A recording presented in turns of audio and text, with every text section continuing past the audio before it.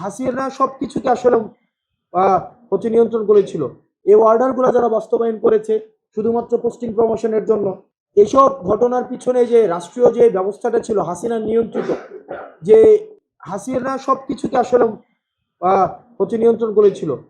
উনি এক্সিকিউটিভকে নিয়ন্ত্রণ করতেন, কোর্টকে নিয়ন্ত্রণ করতেন, বিচার ব্যবস্থাকে নিয়ন্ত্রণ করতেন, উনি মিডিয়াকে নিয়ন্ত্রণ করতেন। বিশেষ করে তিনটা আনহোলি নেক্সাসকে উনি নিয়ন্ত্রণ করেছিলেন: মিলিটারি, মিডিয়া এবং হচ্ছে জুডিশিয়ারি। এই তিনটা ব্যবস্থাকে, মিলিটারি, মিডিয়া, জুডিশিয়ারি, এর সাথে যুক্ত হয়েছিল ব্যুরোক্রেসি। এই তিনটা নেক্সাসকে উনি এমনভাবে নিয়ন্ত্রণ করেছিল যেটার মধ্য দিয়ে উনি রাষ্ট্রের তথৈবচ অবস্থা করতে সক্ষম হয়েছিলেন। এবং প্রত্যেকটা যেই রাষ্ট্রের যেই প্রতিষ্ঠানগুলো রয়েছে সেগুলো স্বকীয়তা বিলীন হয়েছিল। Bashundhara public school and college 2026 শিক্ষাবর্ষে ভর্তি চলছে। ব্যুরোক্রেসিকে নিয়ন্ত্রণ করেছিলেন, তাদেরকে পোস্টিং প্রমোশন, তাদেরকে আনডিউ ফেভারের মধ্য দিয়ে। জুডিশিয়ারিকে উনি নিয়ন্ত্রণ করেছিলেন, উনি মিলিটারিকে নিয়ন্ত্রণ করেছিলেন, তাদের যে কাজ সেই কাজ থেকে অন্য কাজ দিয়ে তাদেরকে, সেটা আমরা বিভিন্ন সময় এগুলো আমরা বলি।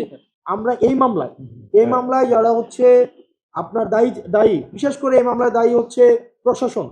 আমাদের বেগম রোকেয়া বিশ্ববিদ্যালয়ের যে প্রশাসন ছিল, তৎকালীন দায়িত্বকালীন প্রশাসন আছে, তখনকার সময়ের যাদেরকে দেখেন, আপনাকে একটা অর্ডার দিবে, কিন্তু অর্ডারের তো জাস্ট অর্ডার বলে একটা কথা আছে, হাইকমান্ড। আপনি একটা অর্ডার দিলেন, আপনি অর্ডার বাস্তবায়ন করবেন।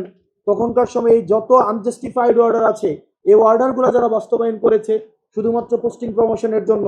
আপনি নিজের কাছে প্রশ্ন, গণমাধ্যমের আপনারা যারা আছেন, আমরা রাজনীতিতে যুক্ত হয়েছি, আপনারা আমাদেরকে নিয়ে সমালোচনা করবেন, পর্যালোচনা করবেন, সেটাকে আমরা এপ্রিসিয়েট করি।